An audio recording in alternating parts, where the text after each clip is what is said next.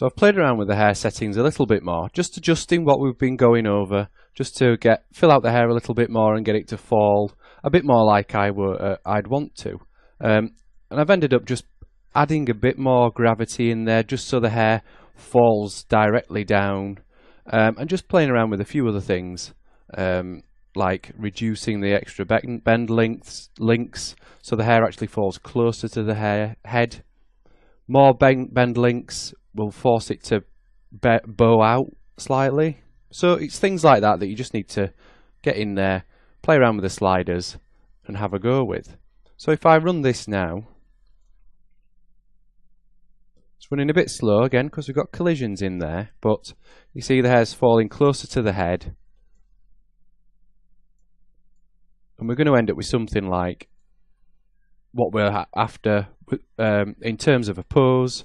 And then when we're happy, we'll set that as the start pose, and then we can go in and start editing those curves to get the hairstyle that we want. So if we just stop that, I just want to talk about this area around the back of the head here. Now obviously we've got lots of hair around here, and we're going to move some of this out of her face when we come to edit the curves. But up here we don't seem to have much going on, and this area is just going to end up looking bald. So what we can do, let's just disable the body for now. So we're just working on the scalp. We can actually go into our N hair menu and use the paint hair follicles tool. You see, you open this up and you end up with the stylus, just like you do when you're painting weights or when you're sculpting in Maya. You hold down B to make your brush bigger and smaller. So you have all these settings over here as well, but we're not going to worry about those too much. Let's move this menu over here. This is what we want to work in.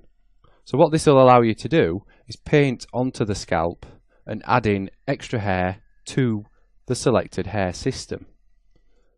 And you've got all these different options, so we can create new follicles. And if I go in, let's make my brush a little bit bigger, paint that like that, and that's added in a lot more of these red follicles here and filling out the area. Now they're standing up because they haven't been simulated yet. So if I undo that, just show it again, it's just adding in a few more follicles there. Obviously you can change the density and the hair length. We can create passive follicles, we can delete follicles, sorry. We can edit follicle attributes, and in here we can start to paint in.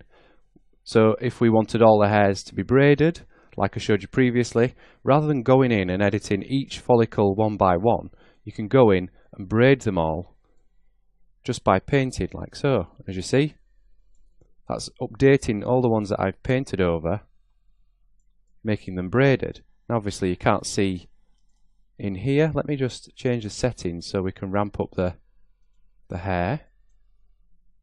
Hair system.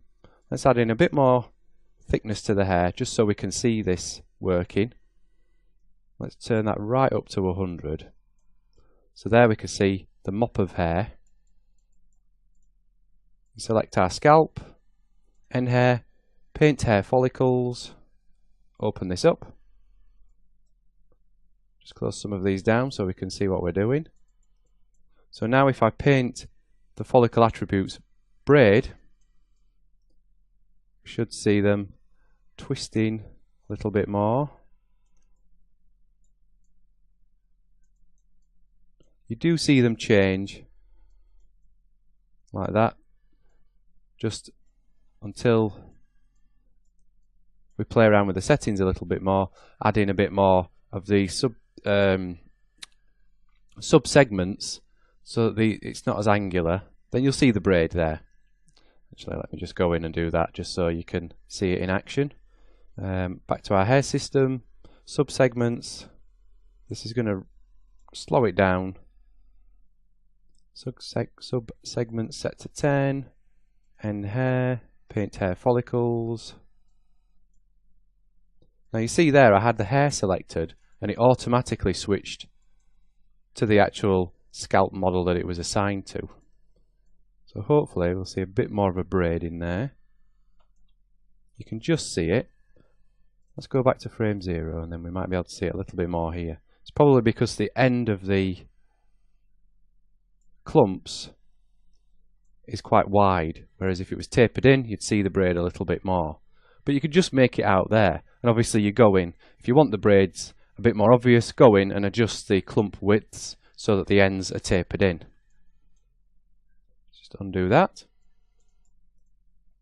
But yes, if we want to fill out these areas here, we just go to create follicles, and obviously you can trim the hairs, extend the hairs, delete follicles even, but for us we could maybe just get away with adding in a few passive follicles.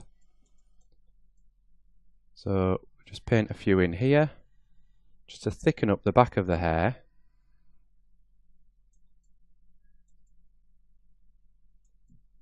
And there we can see it's thickening up nicely. If we want more in there, we could increase the follicle U and V density. So maybe set up that to 30. And there we go. That's a lot thicker there. So you're getting a much nicer thicker head of hair. So what you should probably do is maybe edit your curves, get the hairstyle roughly what you need. Don't worry too much about these bald patches. Just concentrate on your main curves, which is what we're going to do next. And then you can come in and start painting in and filling out those empty areas of hair. And if you use a passive follicle, those will just follow what the surrounding hairs are doing. So that was just a very brief video just to explain the paint hair follicles settings and the menu and what you can use them for. So rather than going in and editing follicles individually, if you want them different, you can go in and you can globally paint over them. And we'll use this later on to fill out the hair once we've adjusted our curves. And that is what we'll do in the next video.